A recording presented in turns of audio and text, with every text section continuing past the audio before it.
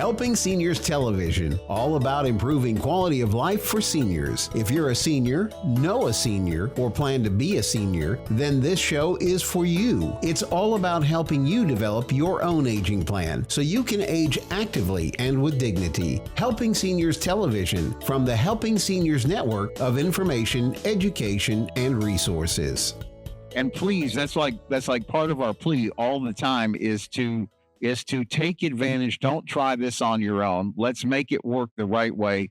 Get the advantage of an expert because they can make hard things simple. And that's one of the reasons I'm so excited about our next speaker, Shavonne, that I've gotten to know through some of the work we do together in Golden Providers and others. She's a speech therapist, so quite used to helping people on many levels work on speech, but she's also a communications expert. And when we were talking about what would be a great thing to talk about today, she came up with the idea. She said, because she'll help coach people who do like professional speaking, like corporate presentations. She works with people to help them know how to do that as well in her company, Proclaim. And so she said, why don't we talk about ways to help seniors or anybody when we go to the doctor? Our time is precious. So how do we communicate what we need, what's going on clearly and succinctly? So kind of with that, Shavonne. Hello, can you hear me? Wonderful. Thank you so much. Actually, if I may enlist the help of some of the volunteers, I have some handouts here. Do it. Thank you. One volunteer from around that side. That's the left side up. So while they are passing those out to you guys, let's see, where can I place this where I can? Go up here on the. Yeah, may I move? Yeah, we can put the Okay. fries bucket out of the way, maybe. Awesome. That Thanks, Kerry. All right.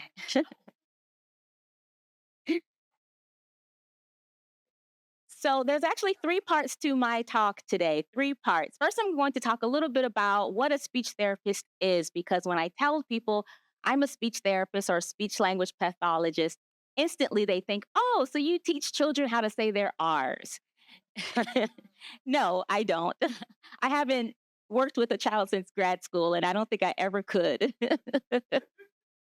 And so we're going to talk about what a speech language pathologist or speech therapist is, and then we're going to talk about some ways to keep your communication skills up to par as you age. And then on the back of your handout, then we're going to talk about communicating with your healthcare providers. I usually make very, colorful and cute handouts, and I realized, wow, this handout is very blah. So I put little colorful stickers on there just to make it a little bit more flashy. Alrighty. So again, speech language pathologists, we not only work with children, some of us work with adults only. I've only worked with adults since I graduated from grad school. So there are therapists that call themselves medical speech language pathologists. How many have heard of that term before? One person. Okay, one person is sort of medical speech language pathologist. So we mainly focus on medical settings, skilled nursing facilities, hospitals, outpatient rehab facilities. And again, many of us work with adults only. So when you think of a speech language pathologist or speech therapist, think of someone who works on not only communication, but also voice. We can also work with individuals on cognition meaning memory, attention, problem solving, things of that nature. We also work with swallowing, chewing and swallowing, making sure you're chewing and swallowing properly and safely. So that in a nutshell is what we do. And again, a lot of people think, oh, well, I would have had to have a stroke or a head injury or something very traumatic in order to see a speech language pathologist. And you're shaking your head, no. You're right. I recently had a client who she was 84 at the time when I saw her. And she said, my voice has changed as I have aged, and your voice will change as you age. And she said, I don't want to sound like a little old lady. She's a very, yeah, she's a very active lady who's active in her gym with her friends and her family. But she noticed sometimes it's hard to hear her in a noisy restaurant. Or, sometimes at the end of the day, her voice just got tired. She's like, is there anything I can do about that? Yes, there is something that you can do about that. So you don't always have to have something very traumatic happen or to be in a hospital to see a speech language pathologist. We can help you with your communication skills, just if you notice that they're lacking a little bit. Okay? So that's a nutshell of what I do. Keeping our minds and our communication strong while we age. That's that second part. That's that second colorful little dot I placed on your handout there. And did everyone get a copy? Awesome, great. I was hoping I had enough. Well, people always ask me, if I do my puzzle every day, is that good? Yes, that's good. If I do the crossword or if I do word searches are good, but I would say try something really challenging. So maybe not a basic one, maybe a more involved word search, or maybe do a crossword puzzle. Or one instead of doing like maybe a 20-piece puzzle, maybe start there if you like to get into puzzles and then bump it up 50-piece, 100-piece. You're saying no, no, that's not your thing, huh? Whatever you like, but whatever is cognitively stimulating. And it doesn't have to be puzzles. It can be, yeah, it can be, anything. It could be reading if you like to read. If you used to write when you were younger, maybe write a book. You don't have to publish it, but just work on your writing. Write a letter to someone. It's a lost art, isn't it? We just got over the holidays, and my husband, we found these, like, he was in Afghanistan and he was deployed. And I remember we would write notes to each other, and we found them the other day. It was in a little stocking, and how beautiful. That's such a lost art. We don't write to each other anymore, but there's something endearing about getting a handwritten letter. So keep your mind active with those kind of activities you enjoy. Don't do something you don't like because it's not going to help, but it's going to keep your wheels turning. Staying social. I love the fact that there are so many organizations in our area that will help you get together and socialize with other individuals. I'm in Palm Bay, and just in my area alone, there's the Sunflower House, there's the Center for Family and Caregivers. There's I hope I'm not botching the name, but I think it's called the Palm Bay Senior Center. Greater Palm. Greater Palm Bay Senior Center. All these places are available where you can get together with other individuals and communicate and engage in activities that will keep your mind sharp, but you're not doing it alone. Bingo? Ah, where do you go for bingo? Oh, you don't do bingo, but that's an example. Ah, great example though, bingo. Stress management and managing negative emotions. Now, I remember speaking to someone about, because I'm relatively new to Brevard County, but I remember speaking to someone who said that finding mental health help is a bit hard here in our county, but it's so important. And I think now it's it's becoming less of a stigma. Before, you never wanted to tell someone if you're feeling blue or feeling down, or oh, I'll just lean on my faith, which is great. But there's also other people. There's faith-based people. There's mental health counselors that can help us when we're feeling a little down and a little blue. And it's something that you don't have to feel afraid to talk to your family, friends, or your healthcare provider about anymore, right? I see a lot of head nods in the audience, right? We all know how important it is to manage our stress and manage our emotions, because that can negatively affect how we think and how we communicate with others and socialize. Maintaining a healthy lifestyle. It's January. Everyone, I'm sure, has made some kind of resolution to stop eating so much cake or take a walk more often, right? No, you're like, well, some of us have made those resolutions, but we know keeping our body healthy will help keep our brain and our mind healthy. Using memory tools. Interestingly enough, I had a client, he's having difficulty with memory, and I recommended that he keep a little notebook with him, something small, just to write things down. And he said, I don't want to do that. I don't want people to know that I have trouble with my memory. And I said, I write things down. I keep a notebook. It's so important. Never be afraid to keep one of these in your purse or in your pocket. You can get this for 99 cents. I got this free at some kind of health fair. It says Hadvent Health on it. What'd you say? Yeah, I just Oh, Right. So, rate our tables. And if anyone has one of these, take it, keep it with you at all times. You never know when you might need something to write something down on to help yourself remember. Now, word of caution. So, I'm the kind of person, as you can see, I like to collect these little things. I have a lot of them in my house, and I noticed what I do. Oh, I have to remember this. I grab one and I write it down and I put it here, and then I walk away from it. And then I have another one. Oh, I have to remember this. So then I get another one and then I write it down. And so now I have this information in this notebook and that information in that notebook. And wait, where did I write down that number that I needed? So now I'm searching my notebooks around the house. So maybe keep one notebook or one notebook for one thing. So I keep one by my bed. Sometimes I have trouble sleeping. I didn't sleep at night. So last night, so forgive me if I don't have enough energy. My cat was pouncing on me all night long. So I'm going to try to give you guys as much energy as I can. But sometimes something will pop in my mind in the middle of the night and I can't let it go. Does that happen to anyone else? So someone recommended that I keep a notebook by my bed. So I will roll over, write it down. Oh, this is what I need to remember for tomorrow. And that'll help me just let it go.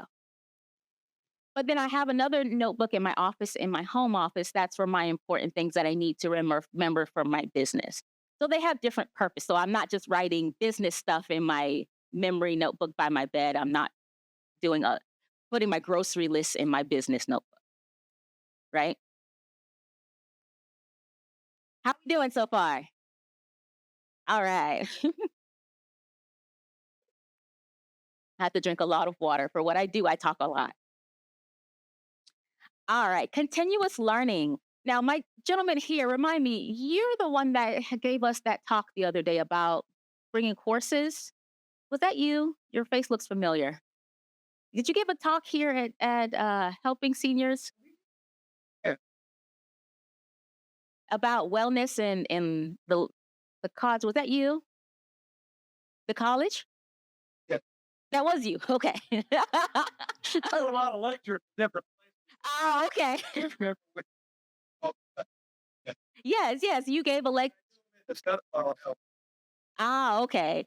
I was like, I know I remembered that face. Yeah, he gave a lecture here not too long ago about wellness and having courses and learning and not being too late to learn about wellness. Am I right? Am I remembering your talk? Your talk? Okay. Woo! I haven't lost it yet. Continuous learning is so important. My mom, she's so funny. She retired and she wanted something to do. She didn't want to just stay home and watch TV. So she decided she wanted to learn how to sell insurance. So yeah. So she got a book and she was studying and just studying her little heart out. She's over 65, studying her little heart out, took the test, passed the test. I was so proud of her. Didn't really end up doing anything with it, but she mentioned how rewarding that was, how satisfying that was to know, okay, I still got it. Because she started feeling like, I'm sitting at home. She's watching Korean dramas. We like watching Korean dramas, and I went out the other day and I tried to talk to someone and I couldn't find my words. And I realized, oh my gosh, I'm losing my words. She used to speak to people all day long when she was working. Years later, after retiring, she said, I don't feel as comfortable in conversation anymore. So find something that you can, even if you don't use it, even if you don't become a realtor or an insurance broker, just something to keep your mind going and to keep you talking to other people about something new. And finally, have regular hearing and vision checks. Now, what would a vision check have to do with communication? What do you guys think? Everything. Like what? Give me an example. Why would having good vision help you with your communication? I heard something back here. What? Gestures. Uh-huh. What do you mean by gesture? Facial expressions, right. Being able to read people. Yeah, exactly right. How many people know that we communicate with our eyes in more than one way? You see my eyes, you see how, my emotions are reading on my face, but I'm actually looking at your face and determining, Are you really, are you really paying attention to me? Or, we might say something that's happy, but our eyes are saying something sad, right? But I have to be able to see that. Yeah. So vision and hearing checks are very important. Of course, hearing obviously to be able to hear under other individuals. All right, how are we doing? Better. All right. Hey. All right, so I ran through that really quickly because I have a lot I want to talk about. But does anyone else have any other strategies that they have used to keep themselves mentally active and keep their communication skills going? Oh, she said puzzles. Yeah. Oh, what? Ah, That is what. mhm. Coloring, yes. Color, art, there are a lot of art organizations where you can go and learn how to paint and things like that. I think they have a painting day at the Center for Family Caregivers. Yeah, that's great. Yes, sir.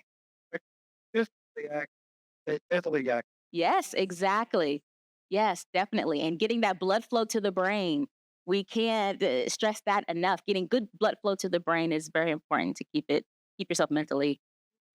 Music. Ah, do you play music or listen to music? Ah, what do you play? The cello. Oh, fancy. Maybe we need to have a talent show here one day. Very nice. Yes.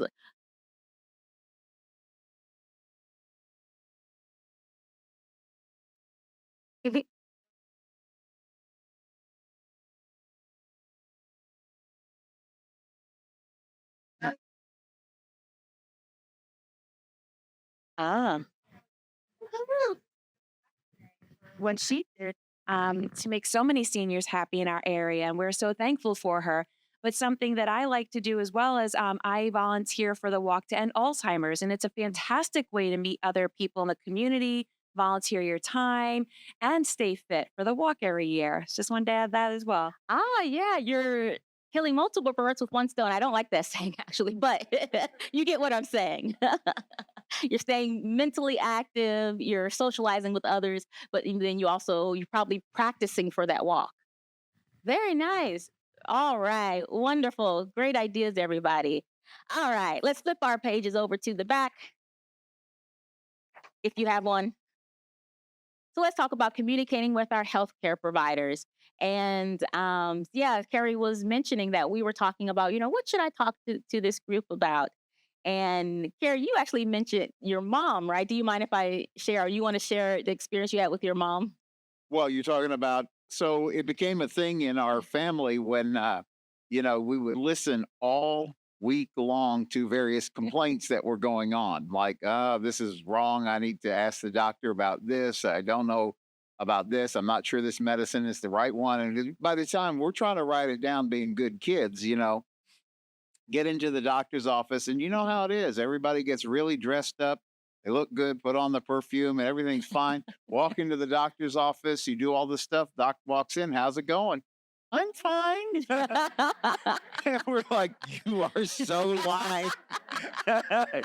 So, and then, Yeah. like I said, you only get a minute with the doctor, Mhm. so you got to be efficient. And, she wants to, like, let me tell you about my grandbaby. Right. Exactly. And I have to tell you, and this actually always chokes me up every time I tell this story, but I worked for an organization. I work for myself now, and you'll understand why.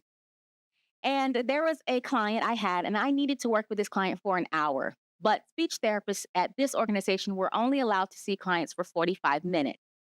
PT and OT, physical and occupational therapy, were allowed to see their clients for an hour because they got paid more. They got reimbursed more for PT and OT. Speech, we were our lower on the totem pole, so Medicare and most insurance policies pay the company a little bit less for our services. So we were only allowed to see clients for 45 minutes. I was giving this client a therapy protocol that required me, I signed a notice saying that I would see this client for an hour for this therapy approach. So I went to my manager and said, this won't fly. I need to see this client for an hour. 45 minutes is not enough. She said, I don't think that's going to be possible, but I will talk to my manager. So my manager went to her manager, which was the regional manager. What do you think happened? It was a no. She came back and said, well, he said that every other therapist is doing the same program you're doing, and they're doing it in 45 minutes. I don't know why you can't do the same. That broke my heart. Again, like I said, I always get emotional when I think of that. That broke me because this person needed that time. And this organization, this healthcare organization said, no, let me get myself together here, y'all. So I said I would never treat my clients that way. I decided to work towards, of course, I didn't have the funds to open a business at that time, but I decided to work towards opening my own business. And I heard this from another practitioner, a doctor, who said they were required to clock in and clock out, and they were only allowed so much time. And if they and their reviews were based on how efficiently they could get in and out of that room. Isn't that amazing? I Wow.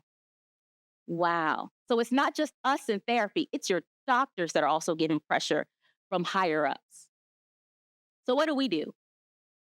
There are a lot of us who, when we think of healthcare, we think of our health of our bodies, and we let the doctor be the driver, right? Think of it as a car. Our bodies are our car, but we let our doctors drive. And sometimes we take that back seat. We're the back seat driver, letting our doctors do. I walk in, he tells me what I need. He's the boss. But first, you'll see on there, let's first do some prep work and let's change our mindset. Let's change our mindsets and say that we are going to be our healthcare drivers from now on, and our doctors and our healthcare providers, we'll let them be the navigators, but we're in control, right? So that's number one. We have to shift our mindsets a little bit. We're in control. Because if we let them be in control, then there's really somebody in some C-suite with a big window office really making the decisions, right? Unfortunately. So now that we have this mindset, I want us to start, before we even go to the doctor, when we decide that we need to find a doctor or we need to make that appointment, we're going to start doing more prep work. Right here, I have a recommendation that you use a symptom tracker or a health notebook. Now, I have to say, I got this idea from a doctor. I didn't make this up on my own. I got this from a doctor when I went to a symposium, and I love this idea. So I'm going to share it with you guys. I want to spread this to as many people. She recommended having a health notebook. So what it consists of is a binder, sheet protectors, dividers, sticky tabs, and worksheets from this website. There's a website on your handout. And you might need a 3-hole punch if you don't want to place everything in the sheet protectors. And in this, you'll have sections for your medications, your history, surgeries, important dates or information, a symptom tracker, like I mentioned, and different sections for different healthcare providers. So I made a little sample. It's not the prettiest. I don't know what's up with me lately. I like to make things fancy and pretty, but it is what it is. So in the beginning, you actually might want to have a list of what each section is about, right? And through that website, I printed out some of the handouts that were available on the website that's on that handout. One of them is a section that you can place your family history. Another one is a section where you can write down your medications. Also on there are questions you can ask your doctor. So say you need a new doctor, but you want to make sure you're choosing the right doctor. There are suggested questions you can ask of that healthcare organization to find out, is this the doctor for me? So there's questions such as, what languages do you communicate in? What hospitals do you have privileges for? Location of your offices, parking. That's important, right? How far do I have to walk to get into your office? And there's just a whole list of a bunch of different questions that you might want to ask. How long they'll spend with you. That might be a good question to ask before you even decide that that's your doctor. There's also a place where you can write your concerns. So I mentioned a symptom tracker. You can use this, or I would say you could even just use loose leaf paper. Place it in your binder And say you want to keep track of your blood pressure. Every morning at a certain time, you wake up, write date, time, and the blood pressure. That's it. Date, time, blood pressure, or date, time, blood sugar. Or say something odd is going on, like maybe I get dizzy around a certain time of day I notice. So I'm going to get just a piece of loose leaf paper, date, time, dizzy, or date, time, dizzy when I stood up, date, time, dizzy while I was watching TV. It doesn't have to be a big, long journal, but just something where you're keeping track of how often things are a little funny for you. Another piece of paper you can find on that website, or piece of, or a form, I should say, you can find on that website, are changes to discuss, changes you might want to discuss with your healthcare provider. So I really like these little handouts that you can print from that website. You keep them in here, and then you might have certain tabs for your cardiologist. Maybe there's a tab for your neurologist. And you have loose leaf paper so you can place any handouts or information you might need. So I love this idea. Of course, you have to keep it in a safe place. And of course, you have to remember to keep up with it, right? But there are so many things like Alexa and Siri. You can have them say, Alexa, remind me to take my notebook to my doctor's appointment today. If anyone here used Alexa or Siri in that way? No. Your mom does. Yeah. How does she use it? I know that. You don't suggest it? Okay. Tell me what you think.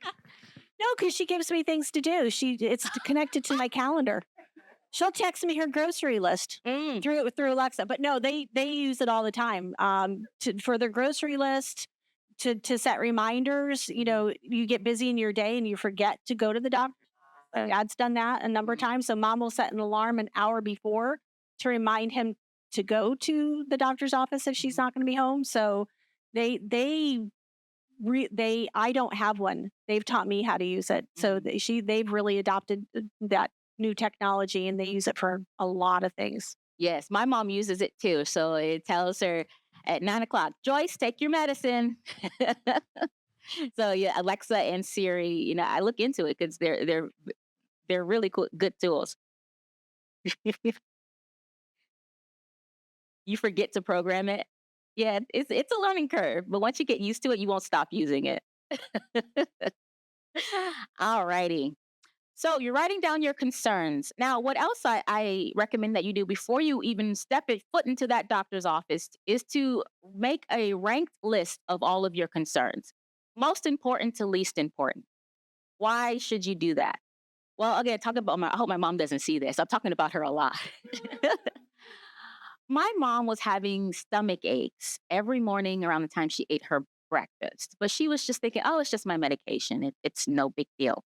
So she went to her doctor, and I said, Mom, did you remember to tell him about your stomach ache? She's like, no, there were so many other things we needed to talk about. I didn't want to overwhelm him. Yes, I didn't want to overwhelm. There was just so many things. So if my mom had made a list of all the things, maybe the most important things that she wanted to concern herself with, but maybe on that list, maybe 10 things, maybe number 9, she placed stomach ache in the morning. If she went to her doctor with that list and said, I want to focus on these top 3 things. These are things that are really bugging me right now, but these are also some other things I want to consider. He may have looked down that list and said, number 9, you're having stomach ache in the morning? Tell me about that. So again, she was the driver in that situation, but the navigator said, okay, I know that this is where you want to go, but let's explore this a little bit more too. Because once she finally did talk to her doctor about it, it was an easy fix. It was a change in medication. It was fine. Yet my mom was suffering every morning from this horrible stomach pain and nausea, right? But she didn't think it was important enough, but it was important. So make that ranked list. I also would say call ahead and ask for accommodations if needed, especially if your loved one needs accommodations. Tell them your loved one needs a little extra time. Tell them, maybe my spouse has difficulty hearing or my spouse has difficulty with comprehension. Make sure you tell them my husband does better when you face him to talk to him. How many people have been in a doctor's office and you're talking to your doctor and your doctor's at the computer doing this, right? Now, if I had a hearing loss, or if maybe I had a stroke, I had a little trouble comprehending, how hard would that be to communicate with someone who has their back to you? We talked about your vision. Vision is a big part of communicating. So let them know ahead of time. My mom has a little bit of difficulty with this. She's going to need this while she's at the doctor's office. So they know ahead of time that they might need a little extra time or some type of accommodation. All right. So we're doing all of that before we even get to the doctor. All right, now we're at the doctor's office. We're remembering to bring our health booklet, right? We have our health booklet ready. We have our top 3 concerns, but all of our concerns are listed and ranked from most important to least important on that list. Bring a family member or a friend if you can. Somebody that can help be in your corner, your healthcare advocate, right? And then I would say take notes or ask that family member or friend to take notes for you. But when we take notes, a lot of times I've noticed when people take notes, they write full sentences or even paragraphs. That's not the way to take notes. What's a better way to take notes? Shorthand, right? 2 words, 3 words, as small as you can. Just take little notes while your doctor is talking. Bless you. Ask for clarification if you don't understand something. Don't be afraid to ask for clarification. And always summarize or teach back. Now, as healthcare providers, we are supposed to be taught to ask you, the patient, the client, to teach back. And what that means is that you teach us what you've just learned in your own words, as if we've never heard it before. But sometimes we get busy and we forget to do that.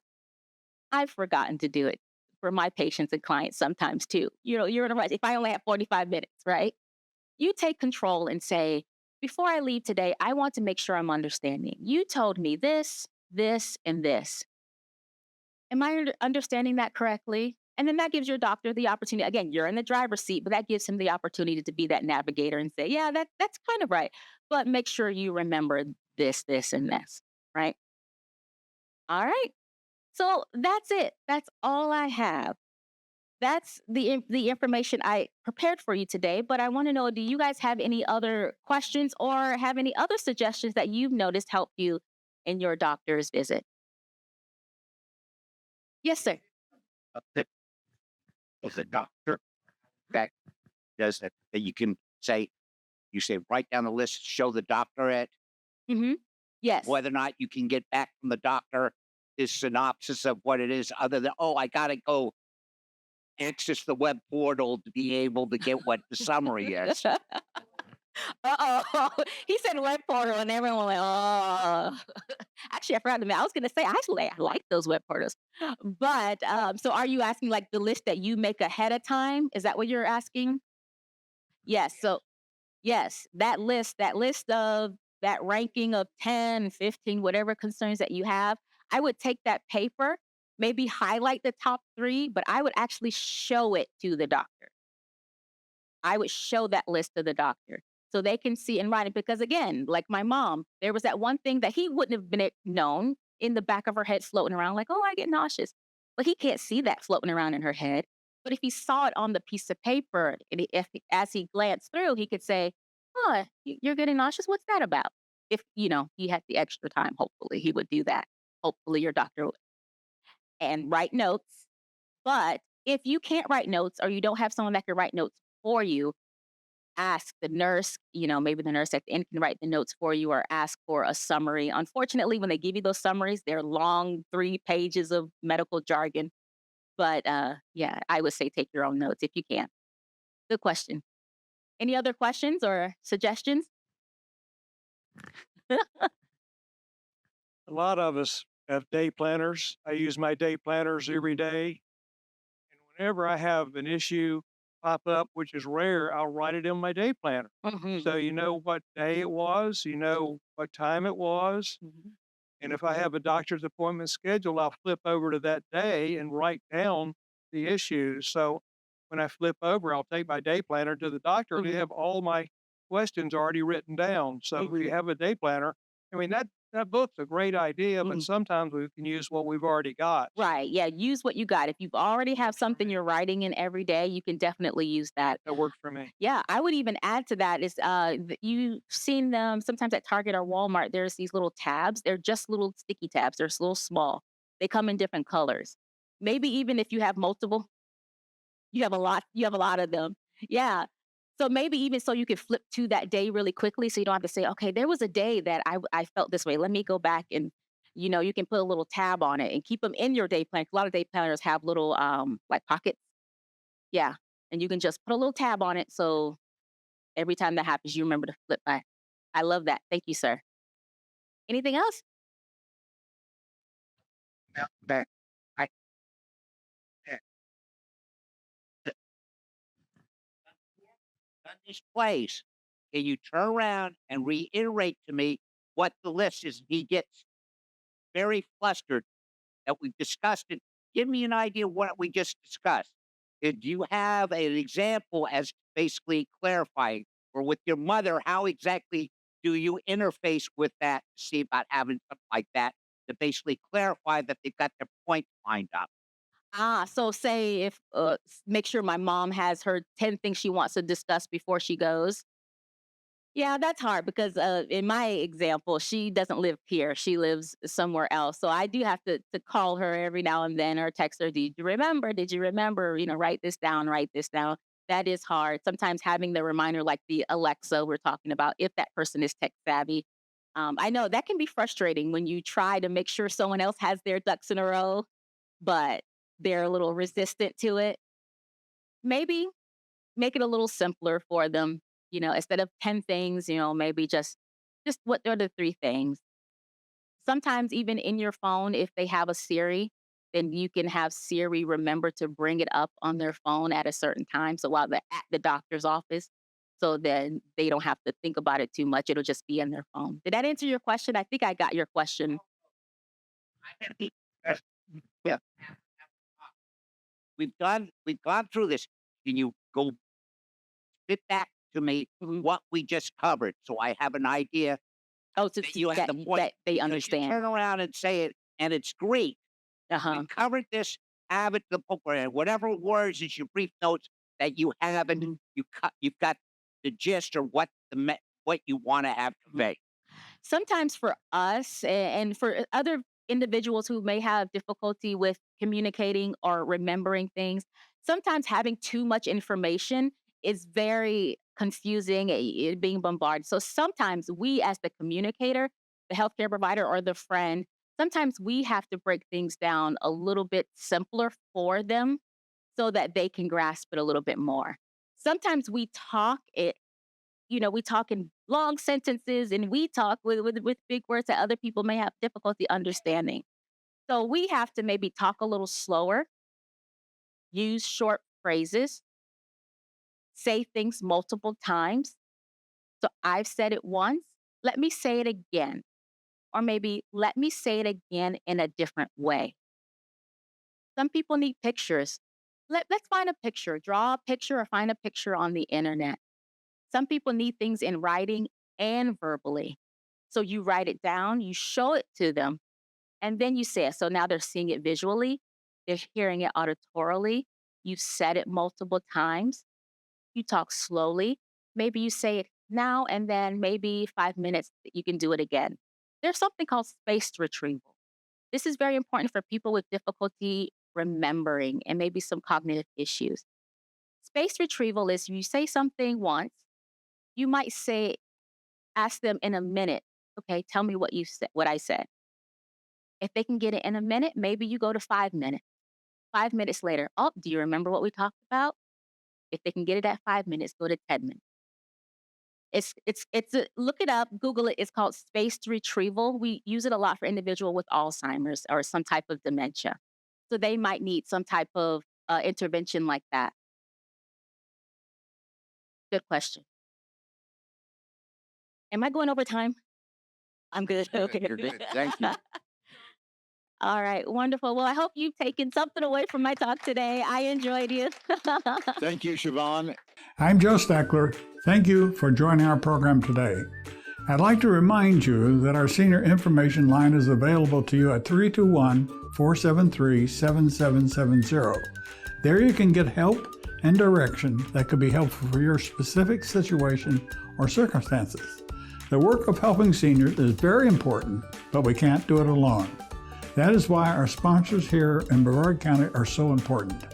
I'd like to thank our many area sponsors, businesses, and medical providers who support the mission of helping seniors that help us carry the cost of our media efforts.